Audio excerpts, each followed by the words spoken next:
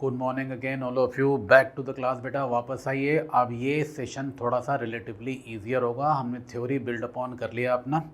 Theory जो important थे, कुछ डिफ़िकल्ट कंसेप्ट थे, वो हमने सीख लिया है।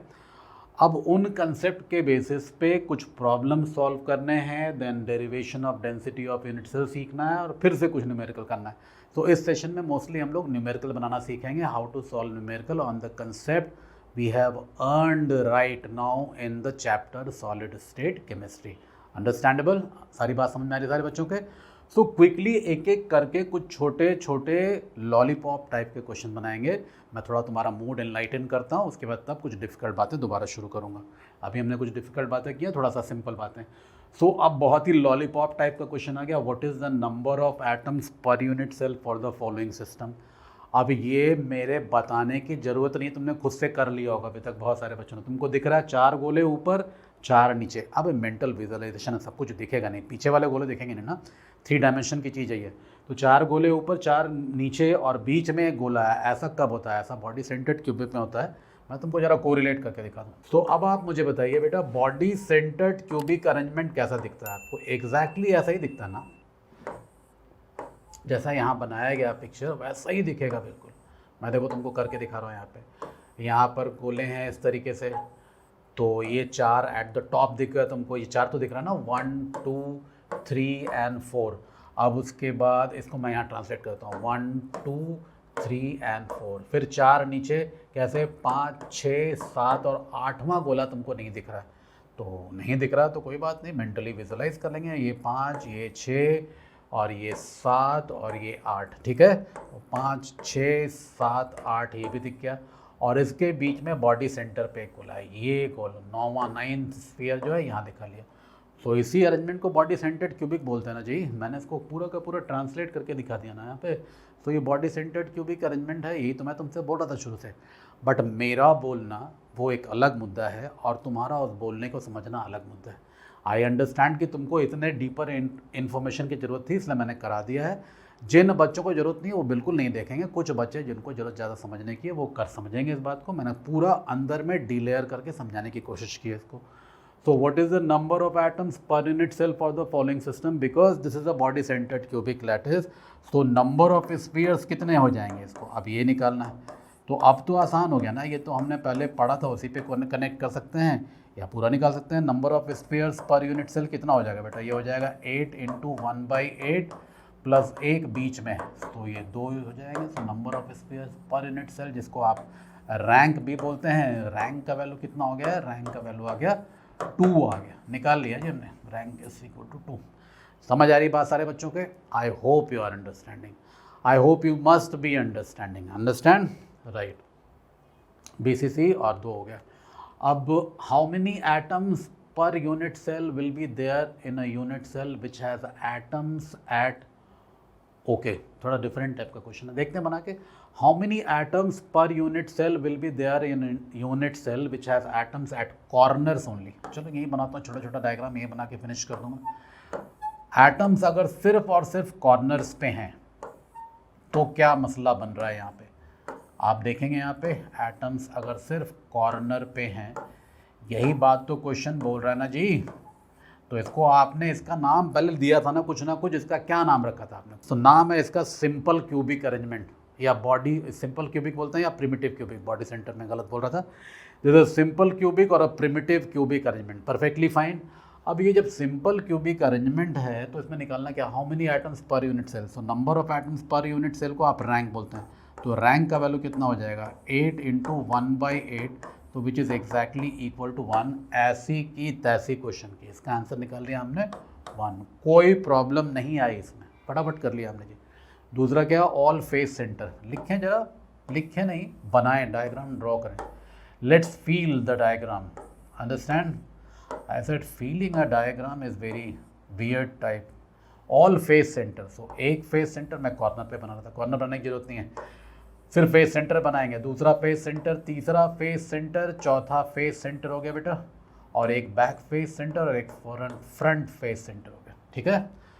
यही तो बोल रहा ना क्वेश्चन में, सिर्फ फेस सेंटर पे है। सो रैंक का वैल्यू इस बार कितना हो जाएगा? अब आपको पता है एक फेस सेंटर का नेट कंट्रीब्यूशन एक स्फीयर के लिए कितना होता है? हाफ होता है।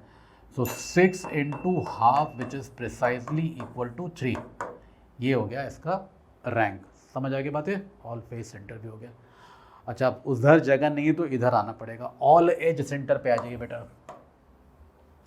डायग्राम प्रॉपर बनाएंगे पार्ट 3 में। ये पार्ट 1 था, ये पार्ट 2 था। पार्ट 2 का आंसर क्या निकाला हमने? 3 निकाला। ये सामने आंसर लिखेंगे।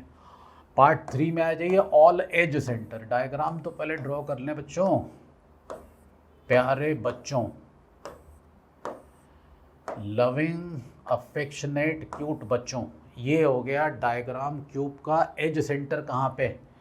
ये एक एज सेंटर है, बनाना पड़ेगा, डिफरेंट कलर में बनाना पड़ेगा, तभी दिखेगा तुमको। Edge centre 1, edge centre 2, edge centre 3, edge centre 4, edge centre 5, edge centre 6, edge centre 7, edge centre 8। 8 तो बिल्कुल स्पष्ट दिख रहा है। अब 4 sandwich edge centre, edge centre 9, edge centre 10, edge centre 11, edge centre 12 edge centre पे हो गए स्फीयर्स। ये क्रॉस नहीं, वो स्फीयर है, मैंने दिखाने का तरीका बताया तुमको। ये इस तरीके से। अब निकालना क्या है? रैंक निकालना है। तो रैंक का वैल्यू कितना हो जाएगा? एक एज सेंटर का नेट कंट्रीब्यूशन एक क्यूब के लिए 1/4 होता है। सो 12 का कंट्रीब्यूशन कितना हो जाएगा? 12 into 1/4। So this is exactly equal to 3 again. So like the previous case, इसका आंसर भी 3 हो जाएगा बेटा। एज सेंटर जो है, एक एज सेंटर, जैसे ये मान लो इस रूम में जिसमें पढ़ा रहा हूँ मैं, ये अगर एक, अब ऐसे दिखाना मुश्किल है, वीडियो तो सिर्फ बोर्ड का दिख रहा है ना, तुम रूम देख नहीं पा रहे हो, तुम अपने रूम को विजुलाइज करो। अगर रूम क्यूबिकल शेप का है तो जो एज सेंटर है वो कितने क्यूब में? एक ये वाला क्लासरूम हो गया, एक इसके पीछे क्लासरूम, एक इसके लेफ्ट साइड पे क्लासरूम, और एक डायगोनल लेफ्ट पे क्लासरूम। तो 4 क्लासरूम से एज सेंटर गिरा है ना भाई। तो एज सेंटर जो है अगर 4 क्यूब में शेयर हो रहा है, फिर से रिपीट करूँ, एक ये क्लासरूम, एक इसके पीछे बोर्ड के पीछे वाला क्लासरूम, एक उसके इसके लेफ्ट साइड वाला क्लासरूम, और इसके डायगोनल लेफ्ट वाला क्लासरूम। तो 4 क्लासरूम में ये वाला एज सेंटर शेयर हो रहा है बेटा। तो इस एज सेंटर के स्फीयर का नेट कंट्रीब्यूशन इस रूम के लिए कितना हो जाएगा? 1/4 हो जाएगा। यही लिखा है मैंने यहाँ पे। सो 1/4, तो 12 इंटू 1/4, डन। और लास्ट वाला क्या है? लास्ट वाला तो बिल्कुल ही लॉली सुपर लॉली है। सिर्फ बॉडी सेंटर पे ही एक गोला है, तो ये तो मुझे बनाने की भी ज़रूरत नहीं, सिर्फ यहाँ पर एक गोला है। तो यहाँ पर रैंक का वैल्यू हो जाएगा 1, क्योंकि ये किसी के साथ शेयर नहीं हो रहा है। ये मुझे बनाने की भी ज़रूरत नहीं थी, तुमने वैसे ही समझ लिया था। So question was how many atoms per unit cell will be there in a unit cell which has atoms at corner. तो इसका आंसर हो गया 1। ऑल फेस सेंटर, इसका आंसर हो गया 3, face centre 3। All edge centre, इसका answer भी 12 into 1/4, 3 ही आ रहा है। बॉडी सेंटर का आंसर 1 आ रहा है। समझ में आ रही है बात सारे बच्चों के? समझ में आ रही है, समझ में बात आ रही है, समझ में बात आ रही है, समझ में बात आ रही है। नहीं आने का तो कोई गुंजाइश ही नहीं। ठीक है, नेक्स्ट क्वेश्चन आ गया बेटा। जब तक मैं बात बना रहा था, यहाँ एक नया क्वेश्चन आ गया। क्या नया क्वेश्चन आ गया यहाँ पे?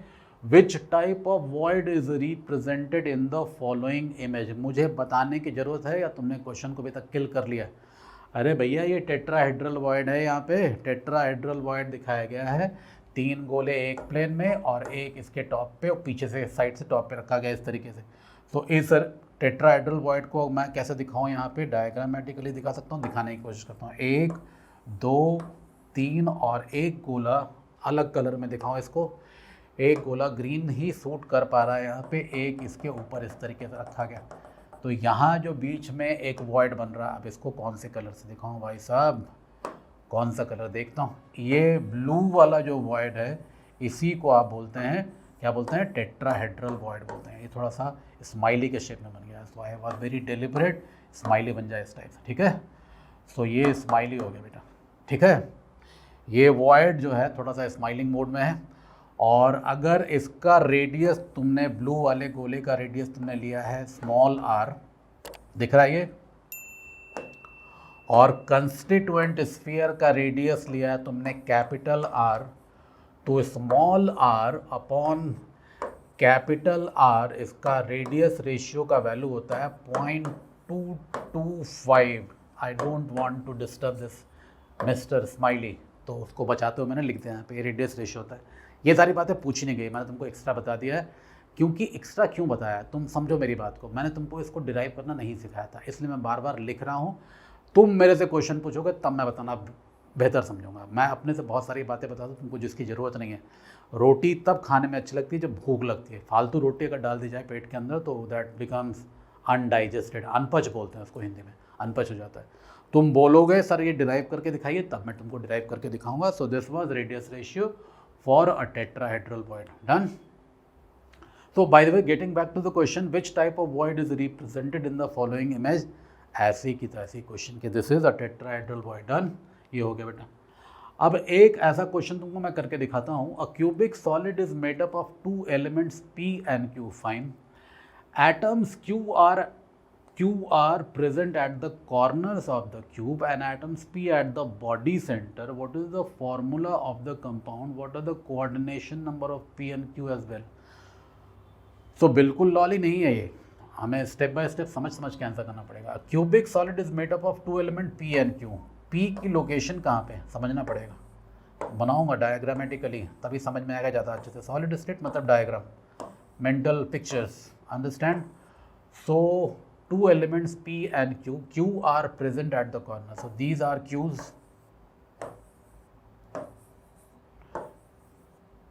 They are Q's, 8 corner. तो number of Q's कितना हो गया बेटा? Number of Q's is equal to 8 into 1 by 8 which is equal to 1. So एक Q हो गया and P is at the body center. Okay. Color change, color change, color change, color change, color change. P is at the body center. So number of P's कितने हो गए? ये हो गया 1. So P's हो गए 1 और Q's हो गए 1. तो फॉर्मूला ऑफ द कंपाउंड क्या हो जाएगा? What is the formula of the compound? Formula हो जाएगा कंपाउंड का PQ. So loud and clear, absolutely clear. देखो ग्रीन इंक क्लियरली दिख रहा है कि नहीं? Though I am not very much in favor of writing in green ink, क्योंकि विजिबिलिटी इससे पुअर हो जाती है, कभी कभी दिखता नहीं ब्लैक बोर्ड पे। तो मैं इसको एक बार दोबारा भी हाईलाइट कर देता हूँ येलो से। तो number of Ps is equal to 1.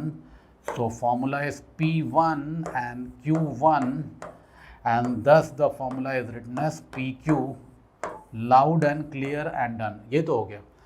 अब समस्या आ रही है what are the coordination numbers of P and Q। समस्या एग्जैक्टली नहीं है। अगर मैं कोऑर्डिनेशन नंबर के डेफिनेशन के बारे में बात करूं, कोऑर्डिनेशन नंबर होता क्या बेटा? कोऑर्डिनेशन नंबर होता है, coordination number is number of nearest neighbours. Number of nearest neighbours को बोलते हैं। दिख रहा है आपको ये? सो अगर मैं ग्रीन से कौन सा है? ग्रीन से P है ना, P's are at the body centre. ये P है और ये Q है। तो P कितने कॉर्नर से घिरा हुआ है? P is surrounded by 8 corner, 4 नीचे और 4 ऊपर। So coordination number of P तो बिंदास निकल गया। Coordination number of P is 8। दिख रहा है ये? अब कोऑर्डिनेशन नंबर ऑफ Q कैसे दिखाऊंगा तुमको, क्योंकि डायग्राम मुझे सपोर्ट नहीं कर रहा है। तुम एक बात ये देखो, जो इसका कॉर्नर है, जो इस क्यूब का कॉर्नर है, वो किसी क्यूब का बॉडी सेंटर है बेटा। समझ में आ रही है मेरी बात? समझोगे मेरी बात को ध्यान से।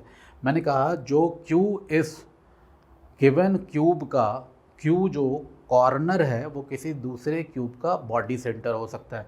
तो फिर से उसका कोऑर्डिनेशन नंबर कितना हो जाएगा? इसका कोऑर्डिनेशन नंबर ये, जैसे ये दूसरे तरीके से समझाता हूँ, फिर से इसका कोऑर्डिनेशन नंबर कितना हो जाएगा? 8 हो जाएगा।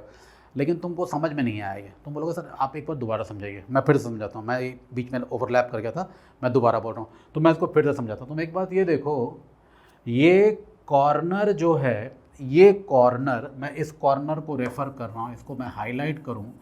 ये कॉर्नर बेटा कितने क्यूब में शेयर हो रहा है? How many cubes? 8 क्यूब में शेयर हो रहा है। दिख रही बात सब लोगों को? तभी तो उसका कंट्रीब्यूशन 1/8 लेते हैं हम लोग। तो जब ये 8 क्यूब में शेयर हो रहा है, तो जैसे इसका बॉडी सेंटर इसका एक कोऑर्डिनेशन साइट है, तो उन 8 क्यूब्स का बॉडी सेंटर जो है इसका कोऑर्डिनेशन साइट हो जाएगा। तो इसका कोऑर्डिनेशन नंबर भी कितना हो जाएगा? 8 हो जाएगा। सो कोऑर्डिनेशन नंबर दोनों का 8 हो जाएगा। So coordination number of P is 8 and Q is also 8। सो अगर कोई 1:1 लैटिस है, ध्यान से सुनोगे मेरी बात को, अगर कोई 1:1 लैटिस स्ट्रक्चर है, क्रिस्टल लैटिस है, तो अगर एक का कोऑर्डिनेशन नंबर x है तो दूसरे का कोऑर्डिनेशन नंबर भी x हो जाता है। ध्यान रखेंगे इस बात का। मैंने कुछ इंपॉर्टेंट बात बताई है। If you have a 1:1 lattice then the ratio of coordination number is also the same. अगर एक का कोऑर्डिनेशन नंबर x है तो दूसरे का कोऑर्डिनेशन नंबर भी x हो जाता है। ध्यान रखेंगे इस बात को, दिस इज़ वेरी इंपॉर्टेंट। ये हिंट है उस केस में जब तुमसे क्वेश्चन नहीं बन पा रहा हो तब की बात कर रहा हूँ। Done from this side. ये कुछ क्वेश्चन बनाया हमने, अभी कुछ क्वेश्चन और कराऊंगा। इतनी बातों को क्विकली रिवाइज करो, एक जगह पे इकट्ठा करो, कुछ क्वेश्चन अभी और ऐड करूंगा। Let's move quickly right now. So God bless all of you.